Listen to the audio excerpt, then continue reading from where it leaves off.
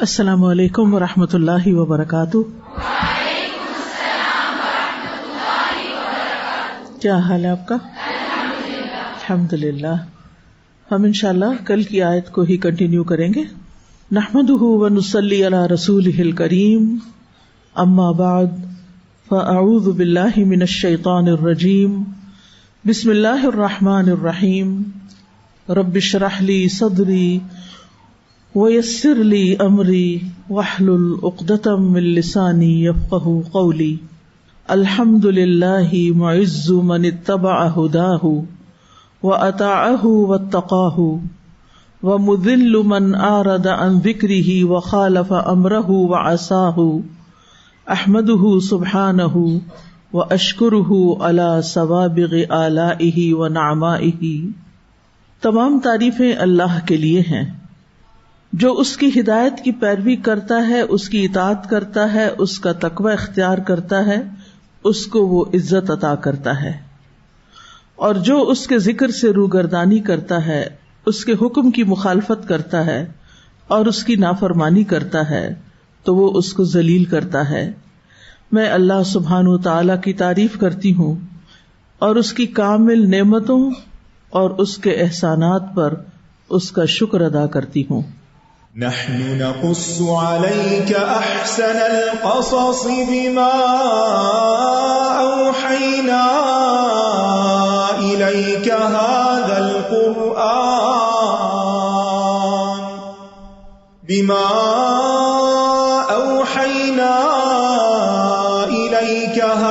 القرآن وإن كنت من قبله لمن الغافلين۔ کل ہم نے پڑھا کہ اللہ سبحانہ وتعالیٰ نے آدم علیہ السلام کو سجدے کا حکم دیا، تمام فرشتوں کو اور ابلیس کو بھی، لیکن ابلیس نے اس کا انکار کر دیا۔ اللہ سبحانہ وتعالیٰ نے آدم علیہ السلام کو فضیلت دی، علم کی بنا پر شرف بخشا، اور اس لیے یہ حکم دیا۔ یہ سجدہ آدم علیہ السلام کے اکرام اور تعظیم کے لیے تھا اور اللہ تعالی کی عبودیت کے اظہار کے لیے تھا، یعنی اطاعت اللہ کی تھی اور اکرام آدم علیہ السلام کا تھا۔ اس لیے تمام فرشتوں نے اللہ تعالی کا حکم سنتے ہی اطاعت کی اور سجدے میں گر گئے، سوائے اس ابلیس کے کہ اس نے سجدہ کرنے سے انکار کر دیا اور تکبر کا اظہار کیا اور اپنے آپ کو آدم علیہ السلام سے بڑا سمجھا اور اس طرح اللہ تعالیٰ کی نافرمانی کی۔ تو آج ہم پھر کنٹینیو کریں گے آیت نمبر 34 سے۔ وَإِذْ قُلْنَا لِلْمَلَائِكَةِ اسْجُدُوا لِآدَمَ فَسَجَدُوا إِلَّا إِبْلِيسَ أَبَى وَاسْتَكْبَرَ وَكَانَ مِنَ الْكَافِرِينَ۔ اور جب ہم نے فرشتوں سے کہا کہ آدم کو سجدہ کرو تو ان سب نے سجدہ کیا سوائے ابلیس کے، اس نے انکار کر دیا اور تکبر کیا اور وہ کفر کرنے والوں میں سے ہو گیا۔ سوال یہ پیدا ہوتا ہے کہ ابلیس نے سجدے سے انکار کیوں کیا، اس کی وجہ کیا تھی؟ اس کی بنیادی وجہ تھی تکبر، اپنے آپ کو بڑا سمجھنا، خود کو آدم علیہ السلام سے افضل سمجھنا۔ اللہ سبحانہ تعالیٰ نے اس سے پوچھا کہ تو نے سجدہ کیوں نہیں کیا؟ تو اس نے یہ نہیں کہا کہ میں فرشتہ نہیں ہوں، آپ نے تو فرشتوں سے کہا ہے کہ سجدہ کرو، بلکہ اس کو یہ بات سمجھ آ گئی تھی کہ اسے بھی سجدہ کرنے کے لیے کہا گیا ہے، لہذا اس نے یہ نہیں کہا کہ میں فرشتہ نہیں تھا اس لیے میں نے سجدہ نہیں کیا تو میں معذرت خواہ ہوں، بلکہ از راہ غرور اس نے کہا کہ میں آدم سے بہتر ہوں اس لیے میں نے آدم کو سجدہ نہیں کیا۔ تو بنیادی طور پر ابلیس تکبر میں مبتلا تھا اور اس وجہ سے وہ حسد کا شکار ہوا، کیونکہ وہ اپنے آپ کو بڑا سمجھتا تھا۔ تو اس کے لیے یہ بات ہضم کرنا بہت مشکل تھی کہ کوئی اس سے بھی بڑا ہو، کوئی اس سے بھی آگے ہو، یا یہ کہ وہ کسی کے آگے جھکے، لہذا وہ آدم علیہ السلام سے حسد کرنے لگا، اور اس چیز کو اس نے اپنے دل میں پہلے سے چھپایا ہوا تھا۔ وہ پیچھے آیا نا وما کنتم تکتمون، تو اس نے اپنے دل میں یہ بات چھپائی ہوئی تھی اور تکبر تو اس کے اندر تھا ہی، لیکن آدم سے حسد بھی. لہٰذا جب اللہ تعالیٰ نے آدم کے اندر روح پھونکی اور فرشتے سجدہ ریز ہو گئے تو وہ ان کے درمیان کھڑا رہا، وہ نہیں جھکا. اس نے کہا، سورۃ صاد میں آتا ہے، قال، اللہ تعالیٰ نے فرمایا، یا ابلیس ما منعک ان تسجد لما خلقت بیدی استکبرت ام کنت من العالین. اے ابلیس، تجھے کس چیز نے روکا کہ تو اس کے لیے سجدہ نہ کرے جسے میں نے اپنے دونوں ہاتھوں سے بنایا. یہاں پر بیدی اللہ تعالیٰ نے خود واضح فرما دیا کہ میں نے آدم کو اپنے دونوں ہاتھوں سے بنایا. یاد رکھیے، آدم علیہ السلام کو اللہ تعالیٰ نے اپنے ہاتھوں سے بنایا تھا، ہم سب کو نہیں. بعض لوگوں نے اس پہ قیاس کر لیا کیونکہ آدم کو ہاتھوں سے بنا، ہمیں بھی ہاتھوں سے نہیں. پھر نسل انسانی کا سلسلہ جس طریقے پہ چلا باقی انسان اس طرح بنے. لیکن چونکہ آغاز اس سے ہوا تھا اس لیے آدم علیہ السلام کو یہ شرف تھا، تو اولاد آدم کو بھی اس بنا پر، یعنی باپ کی عزت کی بنا پر ہمیں عزت ملی. کیونکہ باپ کا جو سٹیٹس ہوتا ہے وہ اولاد کو بھی فائدہ دیتا ہے. تو اللہ تعالیٰ نے اس سے پوچھا، کیا تو بڑا بن گیا یا تھا ہی تو اونچے لوگوں میں سے؟ جواب دیکھیے، قال انا خیر منہ خلقتنی من نار وخلقتہ من طین. اس نے کہا، میں اس سے بہتر ہوں، تو نے مجھے آگ سے پیدا کیا اور اسے مٹی سے پیدا کیا. لہذا اس نے اپنی لاجک پیش کی. سورۃ الاعراف کے الفاظ ہیں، قال ما منعک الا تسجد اذ امرتک قال انا خیر منہ خلقتنی من نار وخلقتہ من طین. فرمایا، کس چیز نے تجھے روکا کہ تو سجدہ نہ کرے جبکہ میں نے تجھے حکم دیا تھا. یہاں پر اللہ تعالیٰ نے صاف فرما دیا کہ میں نے تجھ سے کہا تھا. گویا ابلیس کو بھی سجدے کا حکم ملا تھا، اور یہ اس بات کا اظہار تھا کہ آدم جنات سے افضل ہے، کیونکہ ابلیس جنوں میں سے تھا نا، کان من الجن. تو آدم اور بنی آدم کی فضیلت جنات سے بڑھ کر ہے. تو یہاں بھی وہی جواب ہے جو سورۃ صاد میں تھا، قال انا خیر منہ خلقتنی من نار وخلقتہ من طین. وہ بولا، میں اس سے بہتر ہوں، تو نے مجھے آگ سے پیدا کیا اور اسے مٹی سے بنایا. سورۃ الاسراء میں یہ مضمون اس طرح بیان ہوا ہے، وَإِذْ قُلْنَا لِلْمَلَائِكَةِ اسْجُدُوا لِآدَمَ فَسَجَدُوا إِلَّا إِبْلِيسَ قَالَ أَأَسْجُدُ لِمَنْ خَلَقْتَ طِينًا. اور جب ہم نے فرشتوں سے کہا آدم کو سجدہ کرو تو ان سب نے سجدہ کیا سوائے ابلیس کے. اس نے کہا، کیا میں اس کو سجدہ کروں جسے تو نے مٹی سے پیدا کیا. سورۃ الحجر کے الفاظ کچھ یوں ہیں، قال یا ابلیس ما لک الا تکون مع الساجدین. فرمایا، اے ابلیس، تجھے کیا ہے کہ تو سجدہ کرنے والوں کے ساتھ شامل نہ ہوا. قال لم اکن لاسجد لبشر خلقتہ من صلصال من حمأ مسنون. یہاں تھوڑی سی مزید وضاحت اس مٹی کی. اس نے کہا، میں ایسا نہیں ہوں کہ ایک انسان کو سجدہ کروں جسے تو نے بدبودار کیچڑ کی کھنکتی مٹی سے پیدا کیا. اب یہاں پر آپ دیکھ رہے ہیں کہ بات ایک ہے لیکن چاروں جگہ پر الفاظ جو ہیں وہ مختلف ہیں. دو جگہ تو ایک جیسے ہیں لیکن دو اور جگہ مختلف ہیں. بات یہ ہے کہ قرآن مجید اللہ تعالیٰ کا کلام ہے. اللہ تعالیٰ نے سابقہ لوگوں کی باتوں کو بیان کیا ہے، لیکن وہ الفاظ سابقہ لوگوں کے نہیں ہیں، بلکہ اللہ تعالیٰ نے انہیں نقل کیا ہے اور یہ اللہ کا کلام ہے. پہلے لوگوں کی زبانیں عربی نہیں تھیں، جیسا کہ قرآن میں عربی زبان میں یہ واقعات بیان ہوئے ہیں. لہٰذا قرآن مجید میں جو واقعات بیان ہوتے ہیں، جیسے قوم ہود ہے، قوم صالح ہے، قوم نوح ہے. اب قوم نوح کی زبان عربی تو نہیں تھی. کچھ پیغمبروں کی عربی ہو بھی سکتی ہے جو عرب علاقے میں تھے، لیکن ان کی عربی نہیں تھی. اسی طرح یہاں بھی یہ بات نہیں پتہ چلتی کہ ابلیس کے ساتھ جس زبان میں بات چیت ہو رہی تھی وہ عربی تھی یا نہیں، اور اس بحث میں اس وقت جانے کی ضرورت نہیں. لیکن مقصد یہ ہے کہ قرآن مجید نے جو واقعات بیان کیے ہیں وہ الفاظ بالمعنی آئے ہیں، یعنی معنی کو بیان کیا گیا ہے. اور قرآن مجید میں ایک ہی واقعے کے لیے جو مختلف الفاظ استعمال ہوتے ہیں یہ قرآن کی بلاغت پر دلیل ہے. اور ایک اور وجہ یہ ہے کہ اس سے کئی فوائد اور معنی بھی حاصل ہوتے ہیں اور گہرا معنی سامنے آتا ہے. وہ ایک دوسرے کو کنٹراڈکٹ نہیں کرتے بلکہ ایک دوسرے کی وضاحت کرتے ہیں. جیسے مختلف قراءات ہیں، مثلاً فَأَزَلَّهُمَا کی ایک قراءت ہے فَأَزَالَهُمَا، ایک دفعہ نبی صلی اللہ علیہ وسلم نے ازلہ پڑھا, دوسری دفعہ ازالہ پڑھا, دونوں ہی آپ سے ثابت ہیں. تو اب اس میں کوئی کنٹراڈکشن کی بات نہیں ہے, بلکہ دونوں معنی ایک دوسرے کے مقابلے میں بات کو زیادہ وسعت سے بیان کرتے ہیں, بات کے اندر زیادہ خوبصورتی پیدا ہو جاتی, بات زیادہ سمجھ میں آنے لگتی.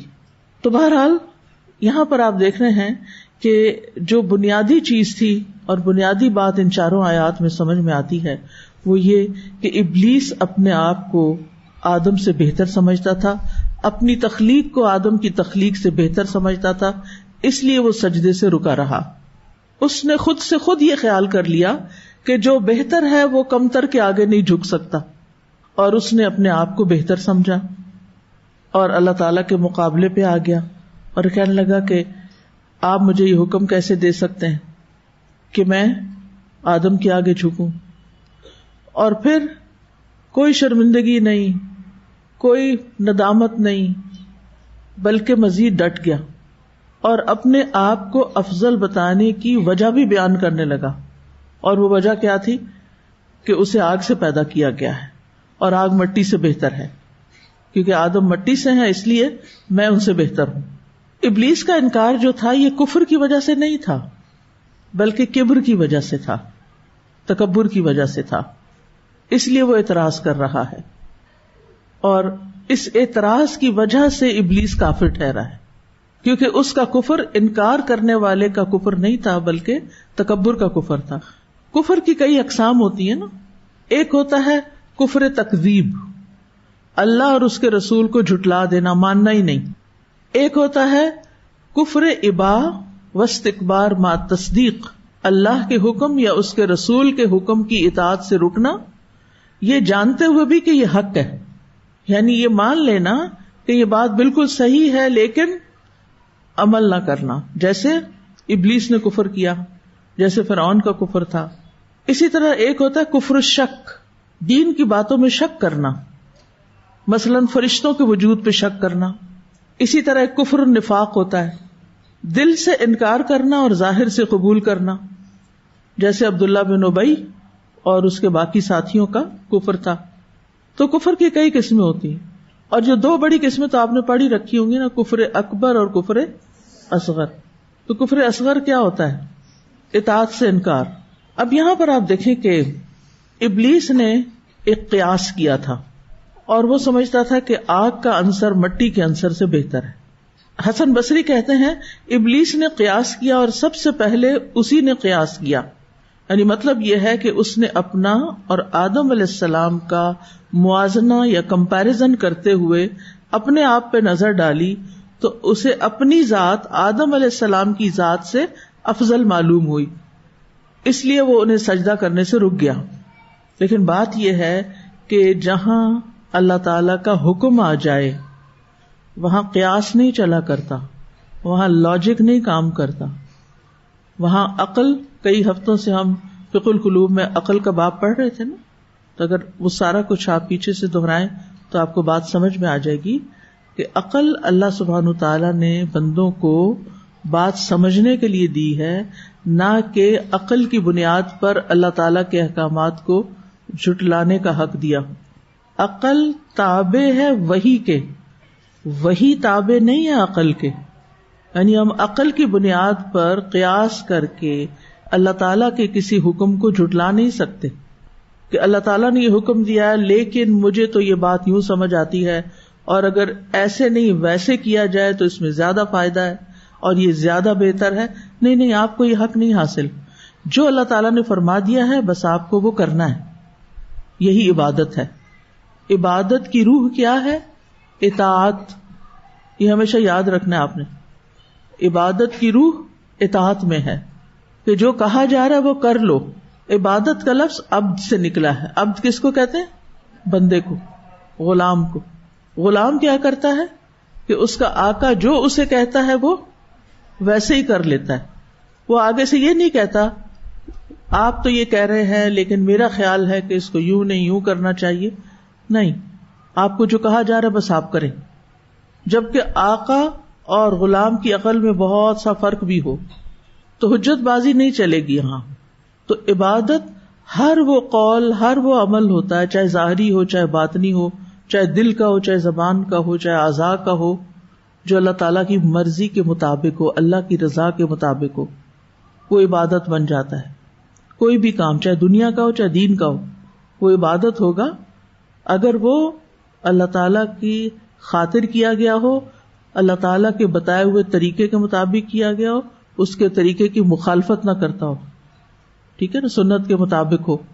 اور کئی چیزیں ایسی ہیں جن میں براہ راست سنت نہیں بھی ملتی تو طریقہ درست ہونا ضروری ہے. یعنی درست سے مراد کیا ہے کہ وہ قرآن کی کسی نص کے خلاف نہ ہو، کسی حدیث کے خلاف نہ ہو. تو ابن جریر طبری کہتے ہیں کہ ابلیس خبیث نے خیال کیا کہ آگ مٹی سے بہتر ہے، اور یہ نہ جانا کہ فضیلت اسی کو ملتی ہے جس کو اللہ فضیلت دیتا ہے. اللہ نے مٹی کو آگ پر کئی وجوہات کی بنا پر فضیلت دی ہے. اللہ نے مٹی کو آگ پر کئی وجوہات کی بنا پر فضیلت دی، یعنی آدم جو مٹی سے پیدا ہوئے انہیں فضیلت دی ہے کئی ایک وجوہات کی بنا پر. اب وہ بیان کرتے ہیں کہ پہلی یہ کہ مٹی کے جوہر میں طبیعت کا متوازن ہونا، باوقار ہونا، بردباری پائی جانا اور صبر کا پایا جانا ہے. اور یہی وہ چیزیں ہیں جنہوں نے آدم علیہ السلام کو اس سعادت کے بعد جو پہلے سے ہی اللہ نے ان کے لیے لکھ دی تھی، انہیں توبہ کرنے کی طرف، انکساری اور تضرع اور عاجزی کی طرف دعوت دی. مطلب کیا ہے کہ مٹی کے اندر چونکہ ایک عاجزی، سمپل ورڈز میں کہوں گی، مٹی میں ایک عاجزی ہے، ایک خاموشی ہے، ایک وقار ہے. تو آدم کی طبیعت میں بھی یہی ہے جو کہ بعد میں ہم دیکھتے ہیں، اس کی دلیل ہمیں ملتی ہے کیا کہ انہوں نے توبہ کر لی تھی، عاجزی کا اظہار کیا تھا جبکہ شیطان اکڑ گیا تھا. تو اس مٹی نے ہی آدم علیہ السلام کے اندر توبہ، ہدایت اور مخلوقات پر اللہ کے چناؤ کا اس کو اعزاز بخشا. دوسری بات، آگ میں تیش، تیزی اور بلندی پائی جاتی ہے. آگ ہلکی ہوتی ہے اور اوپر کو جاتی ہے، جبکہ مٹی بھاری ہوتی ہے، وہ نیچے کو بیٹھتی. یعنی آگ ہلکی ہے، مٹی میں وزن ہے. آگ کے جوہر میں، جوہر ہوتا ہے کسی چیز کی جو اصل ہے، اس میں تیش، تیزی، بلندی ہوتی ہے. اور ان چیزوں نے ابلیس کو اس بدبختی کی طرف دعوت دی جو ازل سے اس کے لیے لکھ دی گئی تھی. یہ چیزیں ابلیس کو تکبر کرنے اور اپنی ضد پر اڑے رہنے کی طرف دعوت دیتی تھی. تو اس کے نتیجے میں اس کو لعنت، بدبختی اور محرومی ملی. پھر یہ ہے کہ مٹی چیزوں کو جمع کرنے کی صلاحیت رکھتی ہے، جبکہ آگ جدا کرنے کا سبب بنتی ہے. مٹی سے آپ کیا کرتے ہیں؟ چیزوں کو جوڑ سکتے ہیں، جبکہ کسی چیز کو جلا، جیسے درخت کی ٹہنی کو، تو کیا ہوتا ہے؟ وہ ٹہنیاں ٹوٹ کے جدا ہو جاتی ہیں. مٹی درختوں اور نباتات کی زندگی کا ذریعہ ہے، جبکہ آگ تباہی کا ذریعہ ہے نا. ایسے آگ لگی تھی نا پچھلے سال، کہاں کہاں لگی تھی دنیا میں، کیلیفورنیا میں اور آسٹریلیا میں، مرگلا ہلز پر. تو اس سے کیا ہوتا ہے، جب درخت جل رہے ہوتے ہیں نا، ٹوٹ ٹوٹ کے ٹہنیاں گر رہی ہوتی ہیں. اگر آپ نے کبھی غور سے دیکھا، مشاہدہ کیا ہو، تو آگ جو ہوتی ہے وہ جدا کرتی ہے. ویسے بھی آپ دیکھیں کہ جو لوگ جہنم میں جائیں گے، آگ میں جائیں گے، وہ جدا ہو جائیں گے ہمیشہ کے لیے. کس سے؟ اپنے عزیزوں اور پیاروں سے. بلکہ ہر ایک سے. جہنم کی ایک اور بڑی تکلیف دہ چیز جو ہے نا، وہ تنہائی ہے. دنیا میں آپ کو کبھی کوئی تکلیف ہوتی ہے، سارے لوگ آپ کے پاس اکٹھے ہو جاتے ہیں. جیسے راستے میں اگر کوئی موٹر سائیکل سے گر پڑے تو کیا ہوتا ہے؟ سارے لوگ اپنی سواریاں روک کے اس کے پاس آ جاتے ہیں. کوئی اس کو اٹھاتا ہے، کچھ کھلاتا ہے، پلاتا ہے، کچھ کرتا ہے، یعنی اس کی کیئر کرتے ہیں. لیکن جس کو جہنم میں گرا دیا جائے گا، اس کے ارد گرد کون آئے گا پوچھنے کے لیے اس کا حال؟ وہ جہنم سے باہر سے تو کوئی آ نہیں سکتا. اور جو جہنم کے اندر اس کے ساتھ ہیں، ان کو کس کی پڑی ہوگی؟ ہر ایک کو اپنی پڑی ہوگی. تو تنہائی اور جدائی کتنی تکلیف دہ چیز ہوتی ہے. اوپر سے تکلیف بھی ہو، پین ہو، بھوک ہو، پیاس ہو، گرمی ہو، شدت کی جلن ہو، اور بندے کو بندہ دکھائی نہ دے. یعنی جب آگ سامنے آتی ہے تو کوئی اور پیچھے سے نظر آ رہا ہوتا ہے اس کے شعلوں میں، چاہے کسی کا کوئی ماں یا باپ یا بچہ بھی سامنے ہو، وہ بھی اس کو نظر نہیں آئے گا. اور اگر نظر آئے گا بھی تو کوئی کسی کو نہیں پوچھے گا، لان تان کرے گا کہ تمہاری وجہ سے مجھے یہ دن دیکھنا پڑا. تو جہنم بہت بڑی بلا ہے. پناہ ہی مانگتے رہنا چاہیے اور انسان کو فکر کرنی چاہیے کہ اللہ اس سے بچا کے رکھے. تو مٹی میں زندگی ہے اور آگ میں تباہی ہے. درختوں اور نباتات کی زندگی مٹی سے ہوتی ہے اور آگ ان کے لیے تباہی کا باعث بنتی ہے. پھر آپ دیکھیں کہ جنت کی چیزوں میں مٹی کا ذکر آیا ہے، آگ کا نہیں آیا. جنت میں آگ ہوگی یہ کہیں نہیں آتا، بلکہ لا یرون فیہا شمسا ولا زمہریرا، نہ سخت دھوپ ہوگی اور نہ ہی جاڑے کی سخت ٹھنڈک ہوگی. حدیث میں آتا ہے جنت کی مٹی خوشبودار اور سفید کستوری ہے، یعنی جنت کی مٹی کا ذکر ہے. اور حدیث میں کہیں نہیں آتا یا قرآن میں کہ جنت میں آگ بھی ہے اور جہنم میں مٹی ہے، نہیں، جہنم کی کسی مٹی کا ذکر نہیں آتا. پھر آگ عذاب کا سبب ہے جبکہ مٹی عذاب کا سبب نہیں، یعنی آگ تکلیف اور عذاب کا سبب ہے اور یہ اپنے دشمنوں کے لیے اللہ کا عذاب ہے. مٹی عذاب کا سبب نہیں، یعنی کسی پہ مٹی نہیں پھینکی جاتی ایز سچ کہ جب کسی قوم کو عذاب دینا. وہ الگ بات ہے کہ نبی صلی اللہ علیہ وسلم نے بدر کے موقع پر ریت کی مٹھی پھینکی تھی جو مشرکین کی آنکھوں میں چلی گئی، لیکن کسی قوم کو تباہ کرنے کے لیے آگ تو ہو سکتی ہے، مٹی نہیں. پھر مٹی نماز کی جگہ اور طہارت کا ذریعہ بھی ہے، تیمم بھی کرتے ہیں آپ اس سے. تو ابلیس کو یہ ساری چیزیں نظر نہیں آئیں. جس مادے سے آدم علیہ السلام پیدا ہوئے تھے اس نے اس کے فائدوں کو نہیں دیکھا اور پھر یہ بھول گیا کہ اللہ تعالیٰ نے آدم علیہ السلام کو اپنے ہاتھ سے پیدا کیا ہے اور ان میں اپنی روح میں سے پھونکا ہے. ابلیس کو یہ بات یاد نہیں رہی، لہذا اس نے اللہ کے حکم کی نافرمانی کی. ہم انسان بھی بہت دفعہ اللہ تعالیٰ کی نعمتوں کو یاد نہیں رکھتے، بے شمار نعمتوں کو، اور تھوڑی سی کوئی مشکل ہماری زندگی میں آ جاتی ہے تو ہم اللہ تعالیٰ سے ناراض ہونے لگتے ہیں، اعتراض کرنے لگتے ہیں، بگڑنے لگتے ہیں. کچھ لوگ تو دین سے ہی نکل جاتے ہیں. پچھلے دنوں کسی نے مجھے بتایا، ان کی بیٹی تھی، جانتی تھی میں اس کو، میں نے کہا کیا حال ہے اس کا؟ کہتی بس ٹھیک ہے، پڑھ رہی ہے لیکن اس نے حجاب اتار دیا. میں نے کہا ہے حجاب کیوں اتار دیا؟ کہتی بس وہ جہاں سے رشتہ آیا تھا اس کا وہ حجاب والے تھے، دین والے تھے، پھر وہ رشتہ ٹوٹ گیا تو اس نے حجاب اتار دی.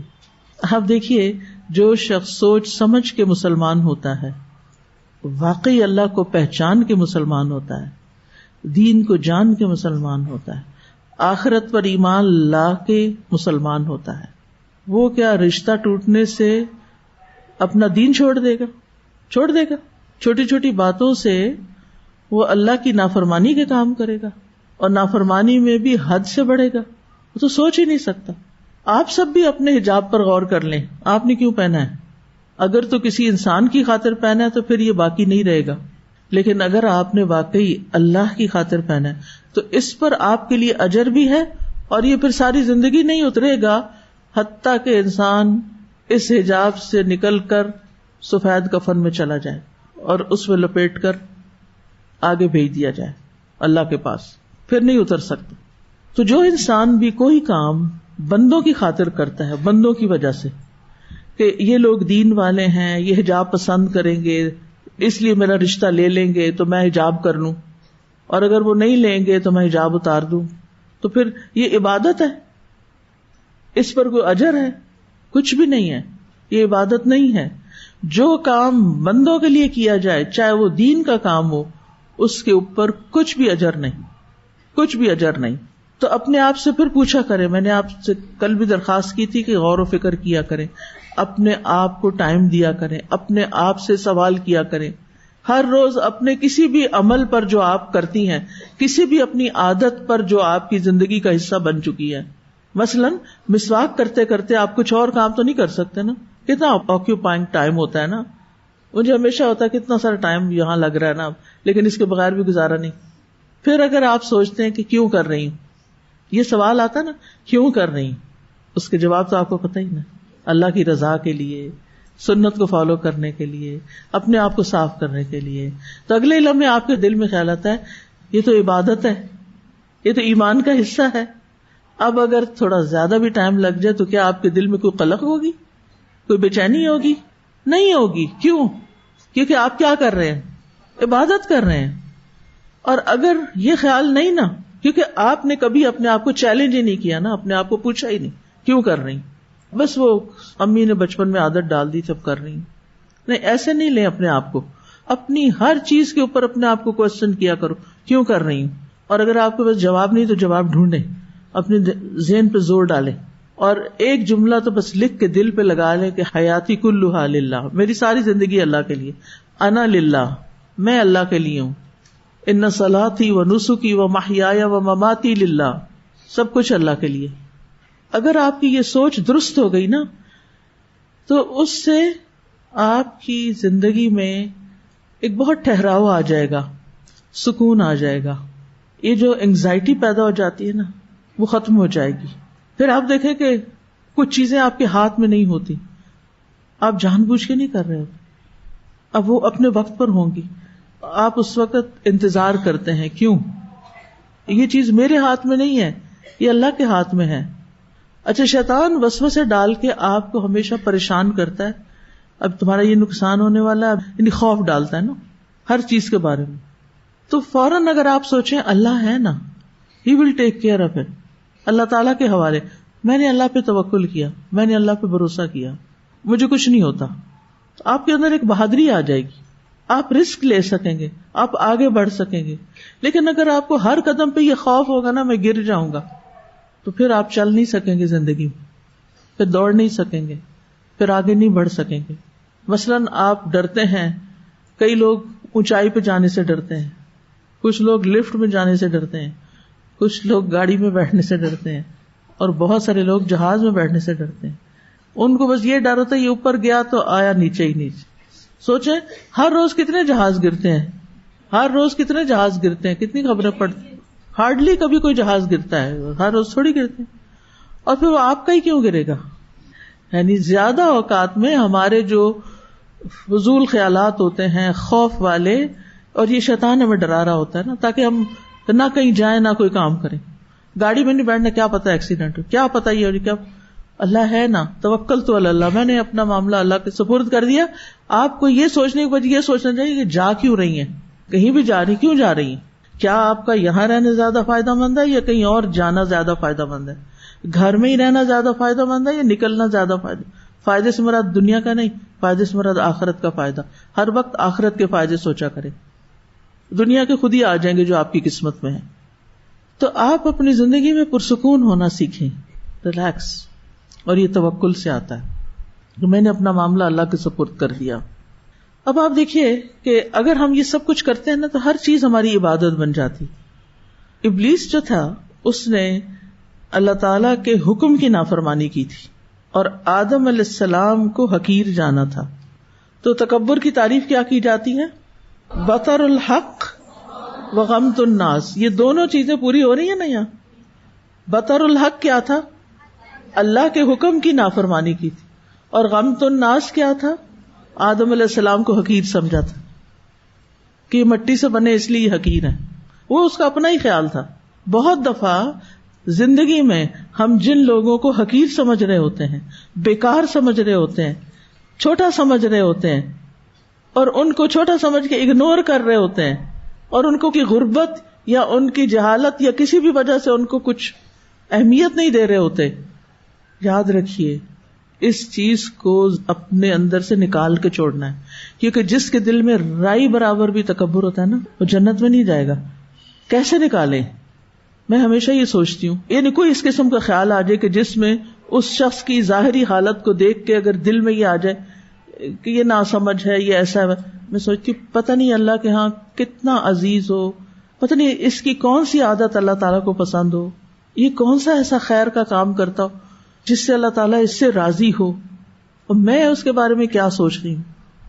میں کیوں سوچوں؟ مجھے نہیں سوچنا. مجھے ہر انسان کو امپورٹنس دینی. اگر کسی سے مجھے سلام کرنا ہے، ہاتھ ملانا ہے، تو اس لیے نہیں ملانا کہ یہ بڑے مقام مرتبے کا کوئی شخص ہے. اس سے بھی ملانا ہے اگر ہمت ہے، اور اس سے بھی ملانا ہے جس کا کوئی سٹیٹس نہیں. اور اگر ہمت نہیں، آپ کے کندھے میں درد ہے، آپ کا ہاتھ اٹھانا مشکل ہے، جیسے آج کل میرا ہوا ہے. کئی لوگوں کو میں نے دیکھا ہوگا وہ ہاتھ آگے کرتے ہیں تو میں دوسرے ہاتھ سے ایسے کر دیتی ہوں کہ نہیں ملا سکتی ہاتھ. اور وہ ہو سکتا ہے سوچتی ہوں کہ شاید میں تکبر سے کرتی ہوں یا کچھ. تو اس لیے وضاحت بھی ضروری ہے کہ مجھے یہ ہاتھ اٹھانے میں آج کل تکلیف ہو رہی ہے، تو ہاتھ ملانا میرے لیے بہت ایک پہاڑ جیسا کام لگتا ہے مجھے. اور دوسرا ایک کووڈ تو چلا گیا لیکن کچھ عادات بھی چھوڑ گیا پیچھے. تو کسی کے بارے میں بھی دل میں اگر خیال آ جائے کہ یہ مجھ سے کم تر درجے میں ہے تو فوراً اس کو ریورس کرے اور سوچے مجھے نہیں معلوم اللہ کی نگاہ میں یہ کیسا ہے. مجھے کسی کو حقیر نہیں سمجھنا, ہر ایک کو رسپیکٹ دینی, کیونکہ اللہ نے بنی آدم کو کیا دی؟ رسپیکٹ دی ہے. مجھے بنی آدم کو رسپیکٹ دینی ہے. سارے اولاد آدم ہیں, درجے فرق ہو گئے ہیں, کوئی امیر ہے, کوئی غریب ہے, کوئی مرد ہے, کوئی عورت ہے, کوئی بوڑھا ہے, کوئی جوان ہے, کوئی بچہ ہے, کوئی اپنا ہے رشتہ دار اور کوئی دوسرا ہے, کوئی میری پسند کا ہے, کوئی میری پسند کا نہیں ہے. ہر انسان کی اپنی اپنی پرسنل چوائسیز ہوتی ہیں نا, ہر لائکنگز ہوتی ہیں, کسی کو کوئی چیز پسند ہوتی, کسی کو کوئی نہیں. سب اللہ کی مخلوق ہے. کسی کو چھوٹا نہ سمجھے, کسی کو حقیر نہ سمجھے, کسی کو معمولی نہ سمجھے, کسی کا مذاق نہ اڑائے. مذاق ہم صرف اس کا اڑا پاتے ہیں جس کو ہم حقیر سمجھتے ہیں. آپ اپنے باپ کی عزت کرتے ہیں, آپ ان کا مذاق اڑا سکتے ہیں؟ کبھی بھی نہیں.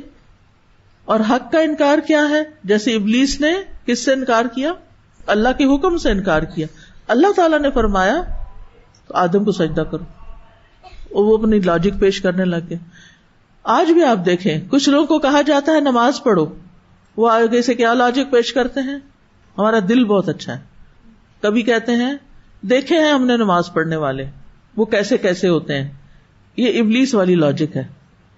یعنی نماز نہ پڑھنے کا کوئی بھی خود ساختہ عذر تلاش کر لینا, کوئی بھی اپنے پاس سے بہانہ بنا لینا اور اپنے آپ کو جسٹیفائی کر لینا. کیونکہ یہاں کیا کرتے ہیں؟ جسٹیفائی کرتے ہیں. ہم بہتر ہیں نماز پڑھنے والوں سے کیونکہ ہم جھوٹ نہیں بول رہے, اور نمازی جھوٹ بولتے ہیں. سارے تو نہیں بولتے نا, اور ہو سکتا ہے جس کی بات کو آپ جھوٹ کہہ رہے ہو اس کے پیچھے اس کے پاس کوئی وجہ ہو اور آپ کو ہی نہ پتا, اور آپ اسے جھوٹ بنا رہے ہیں, حقیقت میں وہ جھوٹ بھی نہ ہو. جیسے ابلیس نے کہا کہ مٹی سے آگ بہتر ہے, حالانکہ بہتر نہیں, لیکن اس کے خیال میں بہتر ہے. تو بعض اوقات ہمارے خیال میں کچھ چیز بڑی بہتر ہوتی ہے جبکہ وہ حقیقت میں بہتر نہیں بھی ہوتی. تو ہر ایک کو اپنے لینس سے مت دیکھیں, ہمیں اپنا لینس چینج کرنے کی ضرورت ہوتی ہے, ہمیں اپنا اینگل درست کرنے کی ضرورت. کسی بھی چیز کو بعض اوقات آپ سامنے سے دیکھتے ہیں تو اور طرح دکھتی ہے, سائڈ سے دیکھتے ہیں تو اور طرح دکھتی, پیچھے سے دیکھتے ہیں تو اور طرح دکھتی. بعض اوقات ہم کسی کا میں نے تمہیں دیکھا تھا فلان جگہ, نہیں میں تو وہاں نہیں گئی, نہیں تم جھوٹ بول رہی, کہ پیچھے سے دیکھا تھا اور کسی اور سے شباہت تھی, آپ نے یقین کر لیا کہ یہ فلاں شخص ہے, حالانکہ وہ فلاں تھا ہی نہیں. غلط آپ ہیں اور آپ جھوٹا قرار دے دیں دوسرے کو. تو بینیفٹ آف ڈاؤٹ دیں, اچھا ٹھیک ہے میری غلط فہمی, سوری, میرا خیال ہے مجھے مس انڈرسٹینڈنگ ہوئی ہے, نہ کہ اس کے اوپر الزام اور پھر اس کے اوپر لاجک اور اس کے اوپر اور دلیلیں اور سارا الزام دوسرے پہ تھوک کے خود کو اپنے آپ کو نیک پاک ثابت کرنا. انتہائی غلط رویے ہیں یہ, ان سے نکلنے کی ضرورت ہے. اللہ تعالیٰ فرماتے ہیں سورۃ الکہف میں, وَإِذْ قُلْنَا لِلْمَلَائِكَةِ اسْجُدُوا لِآدَمَ فَسَجَدُوا إِلَّا إِبْلِيسَ كَانَ مِنَ الْجِنِّ فَفَسَقَ عَنْ أَمْرِ رَبِّهِ. جب ہم نے فرشتوں سے کہا آدم کو سجدہ کرو تو ان سب نے سجدہ کیا سوائے ابلیس کے, وہ جنوں میں سے تھا, اس نے اپنے رب کے حکم کی نافرمانی کی. تو اس سے کیا سبق ملتا ہے؟ ہمیں اپنے رب کے حکم کی نافرمانی نہیں کرنی چاہیے, اور جو نافرمانی کریں گے ان کا انجام کس کے ساتھ ہوگا؟ ابلیس کے ساتھ ہوگا. وہ حزب اللہ کے لوگ نہیں, وہ حزب الشیطان ہے. کوئی بھی حکم آئے نا اللہ کا, سمعنا وأطعنا, اللہ کا حکم ہے نا, اس لیے کرنا پڑے گا. ہم پک اینڈ چوز کرتے ہیں, کچھ حکم مان لیتے ہیں اور کچھ نہیں مانتے, اور نہ مان کر بھی شرمندہ نہیں ہوتے. کچھ ایسی چیزیں ہوتی ہیں نا کہ آپ سے نہیں ہوئی تو آپ کیا کرتے ہیں؟ آپ شرمندہ ہوتے ہیں, معذرت کرتے ہیں, توبہ کرتے ہیں, تنہائی میں روتے ہیں, دعائیں کرتے ہیں, یا اللہ مجھے اس سچویشن سے نکال, اللہ میں اس پہ راضی نہیں, لیکن میرے بس میں نہیں, کیونکہ میں اکیلی یہ ڈیسیژن نہیں لے سکتی. بعض اوقات آپ کے ہسبینڈ آپ کو نہیں کرنے دیتے, بعض اوقات والدین آپ کو وہ کام نہیں کرنے دے رہے ہوتے جو آپ کرنا چاہتے ہیں. تو آپ اپنے اندر اندر اللہ تعالیٰ سے فریادیں کرتے رہتے ہیں, رب نجنی من القوم الظالمین. جسے حضرت آسیہ نے کہا تھا نا, نجنی من فرعون وعملہ وَنَجِّنِي مِنَ الْقَوْمِ الظَّالِمِينَ. لیکن کچھ لوگ کیا کرتے ہیں، بات نہیں مانتے اور اوپر سے دلیلیں دیتے ہیں کہ ہم جو کر رہے ہیں وہی ٹھیک ہے. کبھی کہتے ہیں آج کے دور میں نہیں ہو سکتا، کبھی کہتے ہیں یہ 1400 سال پرانی چیز، کبھی کہتے ہیں یہ حکم تو صرف صحابہ کے لیے تھا، ہمارے لیے نہیں. ایک دفعہ کسی سے میری پردے پہ بات ہو رہی تھی ایسی کسی مجلس میں، تو کہنے لگی کہ آپ کہتی ہیں کہ پردہ کرو. میں نے کہا میں نہیں کہتی پردہ کرو، یہ تو قرآن کا حکم ہے. کہتے ہیں وہ اصل میں قرآن کا حکم تو اس لیے دیا گیا کہ مدینہ میں منافق تھے تو وہ مسلمان عورتوں کو چھیڑتے تھے، تو اس لیے مسلمان عورتوں سے کہا گیا کہ وہ اپنی چادریں لے کر نکلیں. تو اب تو وہ منافق ختم ہو گئے. لاجک ہے نا، کتنی تسلی دیتا ہے انسان اپنے آپ کو. بہت سارے لوگ اس طرح کی باتیں کر کے اپنے آپ کو اتنا مطمئن کر لیتے ہیں. ہم یہ نہیں سوچتے آج کے دور کے منافق تو اس سے بھی کئی 4 ہاتھ آگے ہوں گے. اب ابلیس کے ساتھ پھر کیا ہوتا ہے؟ جب اس نے اللہ کے حکم کی نافرمانی کی تو ابلیس کا انجام کیا ہوا؟ جنت سے نکال دیا گیا، ملائے اعلیٰ سے نکال دی، فرشتوں سے الگ کر دیا گیا. یعنی جب اس نے رب کی اطاعت نہیں کی، سجدے سے انکار کیا، تو اللہ تعالیٰ نے اس کو جنت سے نکال دیا، اس مقام سے نکال دیا جس میں وہ ملکوت اعلیٰ میں فرشتوں کے ساتھ رہتا تھا. اب دیکھیے نیک لوگوں کی کمپنی بڑی اچھی چیز ہے اور اس سے بڑا فرق پڑتا ہے انسان پہ، صحبت صالح پہ، لیکن اتنا ہی فرق پڑتا ہے جتنا آپ چاہتے ہیں. ابلیس سال ہا سال فرشتوں کی مجلس میں رہا اور فرشتے کیا نہیں کرتے؟ کوئی نافرمانی نہیں کرتے. اتنا عرصہ ان کے بیچ میں رہنے کے باوجود بھی وہ تبدیل نہیں ہوا، اندر سے نہیں بدلا. ظاہری اعمال ان جیسے کر رہا تھا، نمازیں، تسبیح، جو بھی وہ کرتے تھے وہ سب اچھے کام کر رہا تھا، لیکن اندر سے نہیں بدلا تھا. آج بھی ایسا ہے. یعنی بعض اوقات لوگ بلیم کرتے نا کہ لوگ قرآن پڑھ کے نہیں بدلتے، کہ کیا پڑھاتے ہیں آپ ان کو، یہ تو ویسے کے ویسے ہیں. کیا اس میں قرآن کا کوئی قصور ہے؟ کیا اس میں پڑھانے والوں کا کوئی قصور ہے؟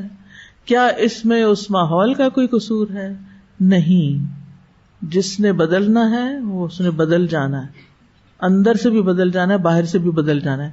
اور جس نے نہیں بدلنا اس نے نہیں بدلنا، نہ اندر سے نہ باہر سے. اور کبھی باہر سے بدل جاتے ہیں، اندر سے نہیں بدلتے. جیسے ابلیس میں کوئی تبدیلی نہیں آئی.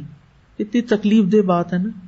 دیکھیں نوح علیہ السلام کا گھرانہ، 3 بھائی ایک طرف اور وہ ایک طرف. بعض اوقات ایسے ہوتا ہے نا کہ خاندان بڑا معزز ہوتا ہے، اس میں سارے ہی تقریباً دیندار ہوتے ہیں، لیکن کوئی ایک بچہ ایسا نکل آتا ہے کہ جو پورے خاندان کو بدنام کر کے رکھ دیتا ہے. اب کیا اس میں خاندان کا قصور ہوتا ہے کہ خاندان نے اس کو یہ کہا ہوتا ہے کہ ہم سب کی طرف سے تم ریپرزینٹیٹیو بن جاؤ ہمارے، تم ہمارا امیج بن جاؤ، تم ہمارا فیس بن جاؤ. باقی سارے لوگوں کی قربانیاں ان کو بھول جاتی ہیں اور ایک کی نافرمانی سب کو بدنام کر کے رکھ دیتی. اس میں ہمیشہ یاد رکھیے کہ جب کبھی آپ کو ایسی کسی سچویشن سے واسطہ پڑے، مثلاً کسی کے گھرانے میں کوئی ایسا بچہ ہے، کسی جماعت میں کوئی ایسا فرد ہے، کسی ادارے میں کوئی ایسا شخص ہے، کسی آرگنائزیشن میں کوئی ایسا امپلائی ہے، تو جو غلط ہے نا بس صرف اس کو غلط کہنا ہے، اس کی وجہ سے پورے ماحول کو بدنام نہیں کرنا. اس کا بہت بڑا نقصان ہو جاتا ہے. نقصان کیا ہوتا ہے کہ باقی لوگ اس خیر سے محروم رہ جاتے ہیں. چیزوں کو جنرلائز نہیں کیا کریں.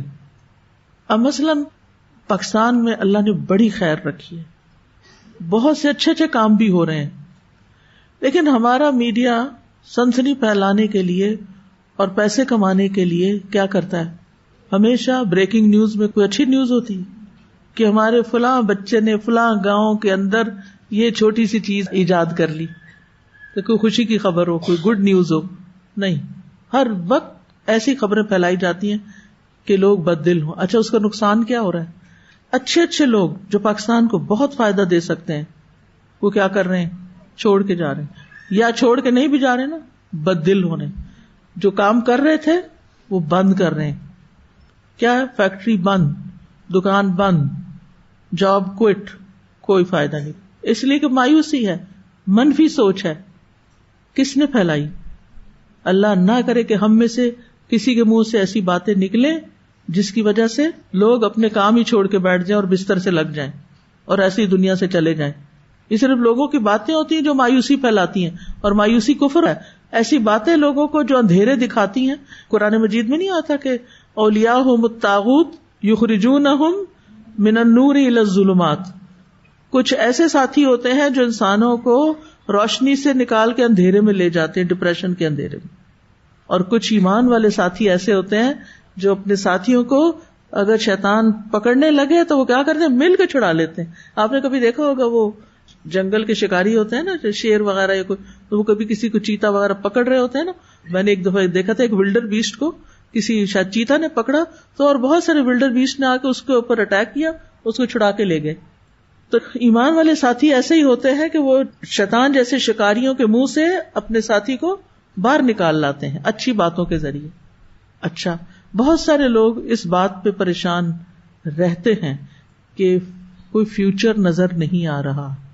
کل کی خبر کس کو ہے؟ کل کس نے دیکھی؟ ما تدری نفس ماذا تکسب غدن.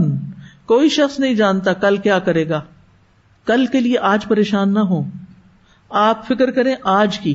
میں دنیا کے کل کی بات کریں، اس سے اگلے کل کی جو ہے نا آخرت کی، اس کی ضرور فکر کیا کریں.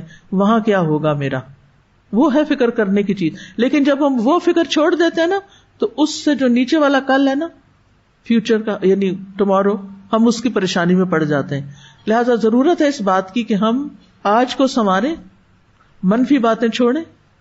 اگر کوئی آپ کے سامنے آ کے پریشانی والی باتیں کرے بھی، اس کو بھی امید دلائیں. اچھی بات منہ سے نکالیں. اچھی باتوں کے اچھے اثرات ہوتے ہیں. شیطان کے بھائی نہ بنے کیونکہ وہ مایوسی پھیلاتا ہے. تو بہرحال ہوا یہ کہ اللہ تعالیٰ نے اس کو کہا قال فاہبط منها فما يكون لك ان تتكبر فيها فاخرج انك من الصاغرين. فرمایا پھر اس سے اتر جا، یعنی جس مقام پہ تم ہو اس سے اتر جاؤ. تیرے لیے جائز نہیں کہ تو اس میں تکبر کرے، لہذا نکل جا، بے شک تو ذلیل ہونے والوں میں سے ہے. اہبط کا ویسے تو مانا ہوتا ہے اوپر سے نیچے آنا، یہاں مانا ہے جنت سے نکل جا. یا نہیں، جنت ایک اعلیٰ مقام ہے، یا فرشتوں کی مجلس جو ہے وہ ایک اعلیٰ مقام ہے. اس سے اگر باہر نکالا گیا ہے تو چاہے فزیکلی نیچے نہیں بھی اترا تو درجے میں کیا ہوا، نیچے اتر گیا. تو تمہارے لیے جائز نہیں کہ تم اس میں تکبر کرو. اس پاکیزہ مجلس میں اب تمہارے رہنے کی جگہ نہیں.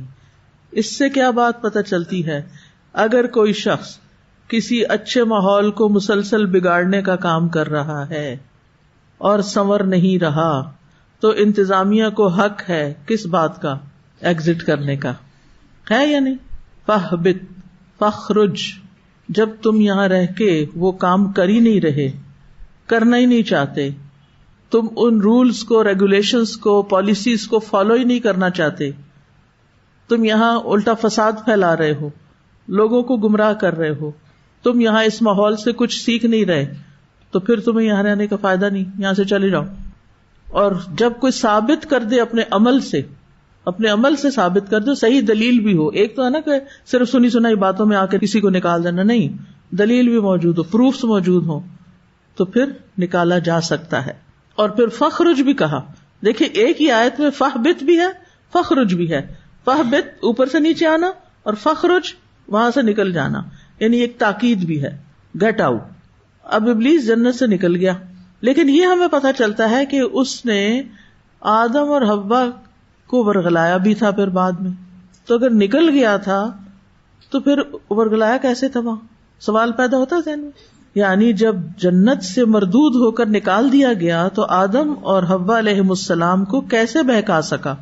تو اس کے علماء نے دو جواب دیے ہیں کہ اگرچہ وہ جنت سے آفیشلی نکال دیا گیا تھا، لیکن پھر بھی اس کا ایک گناہگار مخلوق کی حیثیت میں جنت کے اندر داخل ہونا منع نہیں تھا.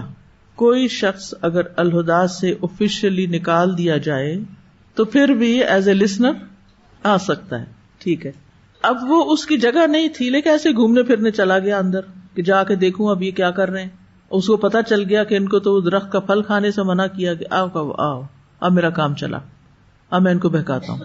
دوسرا معنی یہ بیان کرتے ہیں علماء کہ جس طرح ایک آواز ٹیلی فون اور ریڈیو کے ذریعے دور سے کی جا سکتی، یعنی اس وقت میں یہاں بول رہی ہوں اور کراچی میں بیٹھا ہوا کوئی شخص سن رہا ہے، تو عین ممکن ہے کہ وہاں بھی کوئی ایسا سلسلہ ہو کہ اگرچہ ابلیس جنت کے اندر نہیں بھی انٹر ہوا دوبارہ، تو باہر سے ہی اس کی کمیونیکیشن کا کوئی سلسلہ آدم اور حوا کے ساتھ پاسبل تھا، ممکن تھا، موجود تھا. یعنی یہ بات ثابت ہے کہ اس نے بہکایا. یہ نہیں پتا چلتا کہ اندر جا کے بہکایا یا باہر سے بہکانے کا کوئی طریقہ اختیار کر لیا. ٹھیک ہے نا؟ تو اس بنا پر اس خلل اور خدشے میں پڑنے کی ضرورت نہیں کہ وہ پھر اندر تو جا نہیں سکتا تھا، تو پھر کیا، کیسے اس نے اپنا کام کر لیا. بس اس نے کر لیا جو کرنا تھا. اس سے آپ اندازہ لگائیں کہ جب وہ اپنا کوئی کام کرنا چاہتا ہے تو وہ پھر رستے بھی نکال لیتا ہے. ہمیں اس کی چالوں سے بچ کے رہنا ہے، کیونکہ اللہ تعالیٰ فرماتے ہیں فَوَسْوَسَ لَهُمُ الشَّيْطَانُ. تو وسوسہ جو ہوتا ہے وہ ایک خاموش آواز ہوتی ہے جو دل میں ڈالی جاتی ہے ڈائریکٹ، وہ سنائی نہیں دیتی، وہ سامنے آ کے کی ہوئی کوئی بات ضروری نہیں کہ وہ بات ہی ہو، کوئی دل کے اندر ڈالتا ہے وہ. پھر فرمایا اِنَّكَ مِنَ الصَّاغِرِينَ، تم ذلیل حقیر لوگوں میں سے ہو. یعنی اس نے اپنے آپ کو بڑا سمجھا تو اللہ تعالیٰ نے اس کے اس گناہ کے عوض اس کو ذلیل کر دیا، کمتر ہونے کا لباس پہنا دیا. اللہ تعالیٰ کے بھی سبحان اللہ سبحانہ تعالیٰ کے جو کام ہیں یا اللہ تعالیٰ کے بندوں کے ساتھ جو معاملات ہیں وہ بھی بڑے حیران کن ہیں. یعنی حدیث میں جیسے آتا ہے نا، من تواضع للہ رفعہ اللہ، جو اللہ کے لیے تواضع اختیار کرتا ہے، جھک جاتا ہے، اللہ کی خاطر معاف کر دیتا ہے، اللہ کی خاطر درگزر کر جاتا ہے، جھگڑا چھوڑ دیتا ہے، اللہ تعالیٰ اس کو کیا کرتے ہیں. یہ بندہ یہاں جھک گیا، صرف جھکا کس کے لیے؟ بس اللہ کے لیے. ٹھیک ہے، وقتی طور پر اس کو محسوس ہوا کہ میری بڑی رسوائی ہو گئی ہے، لہائی ہو گئی. پنجابی میں لفظ سنا ہوا لہائی؟ آپ ایسے کسی کی پنجابی میں لفظ لہائی کوئی نہیں، لے گیا. اب آپ سمجھیں لے جانا جو ہے نا، اسی سے لہائی ہے. اور ٹھوس پنجابی میں لہائی کا مطلب تو بےزتی ہو گئی، یعنی اوپر سے نیچے لے گیا. ٹھیک ہے، بہرحال اب یہ ہے کہ وقتی طور پہ انسان کو یہ لگتا ہے اس کی لہائی ہوگی، یعنی اوپر سے نیچے گرا دیا گیا اور اس کا مقام کم ہو گیا، یا اس کو شرمندگی، یعنی وہ دوسرے کے مقابلے میں چھوٹا ہو گیا. ظاہر ہے اگر ہم آپ کسی سے سوری کرتے ہیں یا آپ غلطی پہ نہ ہونے کے باوجود کہتے ہیں اچھا مجھے معاف کر دیجیے، اگر آپ کو تکلیف پہنچی ہے آپ مجھے معاف کر دیں، میرا ہی قصور ہے، آئی واز رانگ، بات ختم. ادھر تو دوسرا خوش ہو گیا، میں جیت گیا. ہمیشہ جیتنے والے اکڑتے ہیں نا کہ میں جیت گیا. تو بہت سے لوگ دوسروں کو ہرا کے بڑے خوش ہوتے ہیں، حالانکہ خوش ہونے کا مقام نہیں ہوتا. انسان کی اصل خوشی اس میں ہوتی ہے کہ انسان خود بھی جیتے اور دوسرے کو بھی جتائے. یہاں کوئی پرائز نہیں تقسیم ہونے ہوتے، یعنی ہسبینڈ وائف کا ریلیشن شپ ہے یا بہن بھائیوں کا ہے یا دوستوں کا ہے، کلاس فیلوز کا ہے، کولیگز کا ہے. اس ریلیشن شپ میں ایک دوسرے کو گرانے کی فکر نہ کیا کریں کہ اس کو میں پیچھے کر دوں گی نا پھر میرے لیے آگے نکلنے کا راستہ ہوگا. ایک بہت ہی غلط اسٹریٹجی ہے، بہت غلط طریقہ ہے. آپ تواضع سے کام لیتے ہیں، آپ دوسرے کو آگے کرتے ہیں، اللہ تعالیٰ آپ کو بڑھائے گا. یہ اللہ کا وعدہ ہے، اللہ آپ کو عزت دے گا اگر آپ نے اللہ کی خاطر تواضع اختیار کر لی. حضرت عمر رضی اللہ عنہ سے یعنی ایک معاملے میں کہا گیا اللہ سے ڈرو، انہوں نے کیا کیا؟ زمین پہ اپنا گال رکھ دیا. ہم ہوتے تو کیا کہتے؟ آپ جاؤ ڈرو، مجھے مت ڈراؤ، یا کچھ بھی کہتے، یعنی ہم اس کی بات نہ سنتے. تو یہ چھوٹی چھوٹی چیزیں ہیں، اگر ہم دین کو سمجھ جائیں نا، اصل میں نا ہم پڑھ لیتے ہیں، سمجھتے کوئی نہیں اور عمل کے وقت بھول جاتے ہیں. تو من تواضع للہ، اس وقت نیت پھر کیوں میں تواضع کر رہی ہوں؟ للہ، کیونکہ انا للہ، اللہ کی خاطر کر رہی ہوں، اس جھگڑے کو ختم کرنے کے لیے کر رہی ہوں. تو رفعہ اللہ، اللہ آپ کو ایسی عزت دے گا آپ سوچ بھی نہیں سکتے. شیطان نے کیا کیا؟ انا خیر منہ، میں بہتر ہوں، میں بہتر ہوں. جب میں بہتر اپنے آپ کو ثابت کرنے میں آ جاؤں تو پھر اللہ سبحانہ تعالیٰ کو یہ چیز قطعاً پسند نہیں کہ کوئی اپنے آپ کو دوسروں سے بہتر سمجھے، پھر اللہ تعالیٰ اس کو نیچے گراتا ہے. سورۃ الاعراف میں آتا ہے قال اخرج منہا مذءوما مدحورا، نکل جا اس سے مذمت کیا ہوا، رحمت سے دور کیا ہوا. تو بہرحال اس کو اس کے مرتبے سے بھی گرا دیا گیا، مقام سے، ذلت کے ساتھ اس کو بھی زمین میں پھینکا گیا. کون کون زمین پہ آیا تھا؟ آدم علیہ السلام، حوا علیہ السلام، ابلیس بھی. اور پھر اس کی یہ ذلت قیامت تک ہے. سورۃ الحجر میں آتا ہے قال فاخرج منها فإنك رجیم وإن عليك اللعنة إلى يوم الدین. فرمایا پس تو یہاں سے نکل جا کیونکہ تو یقیناً مردود ہے اور بے شک تجھ پر بدلے کے دن تک لعنت ہے. بدلے کا دن کون سا ہے؟ قیامت. بعض روایات میں آتا ہے کہ یہ نبی صلی اللہ علیہ وسلم سے ثابت نہیں، یہ موقوف روایت ہے ابن مسعود سے، کہ ابلیس سجدہ نہ کرنے پر رویا بھی. بعد میں وہ کہتے ہیں کہ جب شیطان ابن آدم کو سجدہ کرتے ہوئے دیکھتا ہے تو چلا کے کہتا ہے ہائے ہلاکت، ہائے شیطان کی ہلاکت. اللہ نے ابن آدم کو سجدے کا حکم دیا تو اس نے اطاعت کر لی تو اس کے لیے جنت ہے، اور اس نے مجھے سجدے کا حکم دیا، میں نے نافرمانی کی تو میرے لیے آگ ہے. بہرحال اب کیا ہوا کہ ابلیس نے قیامت تک کے لیے مہلت مانگ لی. کس چیز کی مہلت؟ زندہ رہنے کی. ٹھیک ہے، زندہ رہنے کی مہلت کہ مجھے لمبی زندگی دی جائے، قیامت تک میں زندہ رہوں. اب کیا ہوا؟ اللہ تعالیٰ نے اس کو مہلت دے دی. سورۃ الاعراف میں آتا ہے قال انظرنی الی یوم یبعثون قال انک من المنظرین. اس نے کہا مجھے اس دن تک مہلت دے جب وہ اٹھائے جائیں گے. فرمایا بے شک تو مہلت دیے جانے والوں میں سے ہے. سورۃ صاد میں آتا ہے قال رب فانظرنی الی یوم یبعثون قال فانک من المنظرین الی یوم الوقت المعلوم. کہنے لگا اے میرے رب مجھے اس دن تک مہلت دے دے جب سب دوبارہ اٹھائے جائیں گے. فرمایا بے شک تو مہلت دیے جانے والوں میں سے ہے اس دن تک جس کا وقت مقرر ہے، معلوم ہے. یعنی میں نے تمہیں مہلت دی، میں تمہیں دوبارہ جی اٹھنے کے دن تک موت نہیں دوں گا. یعنی اس دن تک تمہیں مہلت دی جا رہی ہے جب آدم اور اس کی اولاد کو قبروں سے نکالا جائے گا اور وہ قیامت اور حساب کا دن ہوگا. یوم معلوم سے یہ مراد نہیں کہ قیامت کے دن کا کسی کو پتا ہے، یوم معلوم سے مراد قیامت کا دن ہے جو اٹھائے جانے کا دن ہے. اب آپ دیکھیے اس سے علماء یہ بھی کہتے ہیں کہ کبھی بھی دعا مانگنے سے مایوس نہیں ہونا چاہیے. ابلیس نے بھی اللہ تعالیٰ سے ایک دعا کی کہ مجھے مہلت دی جائے تو اللہ تعالیٰ نے اس کی بھی دعا سن لی. ٹھیک ہے، تو کبھی یہ نہ سوچیں کہ ہم تو بہت گناہ گار ہیں، ہماری تو کوئی دعا نہیں سنی جائے گی. اللہ سے مانگتے رہیں اور اللہ تعالیٰ اپنی خاص حکمت کے تحت جس کو جو چاہتا ہے عطا کر دیتا ہے. تو ابلیس کو مہلت کا ملنا جو تھا یہ اللہ تعالیٰ کی حکمت اور مشیت تھی اور اس کی کوئی مخالفت نہیں کر سکتا. انما امرہ اذا اراد شیئا ان یقول له کن فیکون. پھر کوئی اس میں رکاوٹ نہیں بن سکتا. اب مہلت تو مل گئی، اب ابلیس ابن آدم سے اپنی دشمنی کا اظہار کرتا ہے.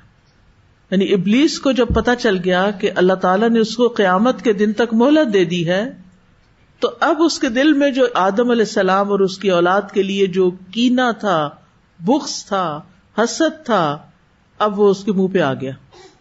کیسے؟ اس نے آدم علیہ السلام اور آدم علیہ السلام کی ذریت کو تکلیف دینے اور نقصان پہنچانے اور گمراہ کرنے اور سیدھے رستے سے پھیرنے کا ارادہ ظاہر کیا. سورۃ صاد میں آتا ہے قال فبعزتک لاغوینہم اجمعین الا عبادک منہم المخلصین. ابلیس کہنے لگا پس تیری عزت کی قسم یقیناً میں ان سب کو ضرور گمراہ کر دوں گا سوائے تیرے ان بندوں کے جو ان میں سے خالص کیے ہوئے ہیں. مخلص بندے جو ہیں ان کو میں گمراہ نہیں کر سکوں گا، باقی سب کو کر دوں گا. اتنا بڑا اس نے چیلنج کر دیا، اتنا بڑا ٹاسک مقرر کر لیا اپنے لیے، سب کو کروں گا. تو اس کے مقابلے میں ہمیں بھی کہنا چاہیے نا قرآن فار آل.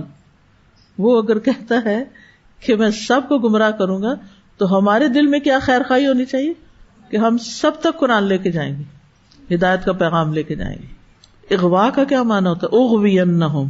اغوا کا مطلب ہوتا ہے گمراہی میں ڈالنا، یہ بھلائی کے الٹ ہوتا ہے. غوی رشد کی اپوزٹ ہے غوا. تو ابلیس جو ہے یہ صراط مستقیم پہ بیٹھ کے لوگوں کو گمراہ کرتا ہے، سیدھے رستے پر آتا ہے. لوگ کہتے ہیں نا کہ جو لوگ بھٹکے ہوئے ہیں ان کے کاموں میں رکاوٹ نہیں آتی، ہم کوئی اچھا کام کرنے لگتے ہیں تو ہمارے کام میں بہت رکاوٹ آ جاتی. یہ کبھی سوچا آپ نے؟ کبھی دیکھا؟ ہوتا ہے نا. کیونکہ وہ جو غلط راستے پہ جا رہے ہیں نا وہ کہتے ہیں یہ تو پہلے ہی جا رہے ہیں تو خود ہی جائیں اور جائیں، ان کو تو میں سپورٹ کروں گا، تیزی سے جائیں. لیکن یہ جو دوسرے سیدھے راستے پہ جا رہے ہیں ان کو نہیں جانے دوں گا. لہٰذا جب بھی آپ کوئی نیکی کا کام کرنے کا ارادہ کرتے ہیں تو بیچ میں آ جاتا ہے اور آپ کے لیے مشکلیں پیدا کرتا ہے, لوگوں کو ابھارتا ہے کہ آپ پہ تنقید کریں, آپ ان کی تنقید سے پریشان ہو کے روک لیں گے, کبھی کسی وجہ سے آپ کا موڈ آف کر دیتا ہے, چھوٹی چھوٹی باتوں پہ آپ پہ حاوی ہو جاتا ہے, لہٰذا آپ اپنے سارے پروگرام کینسل کر دیتے ہیں.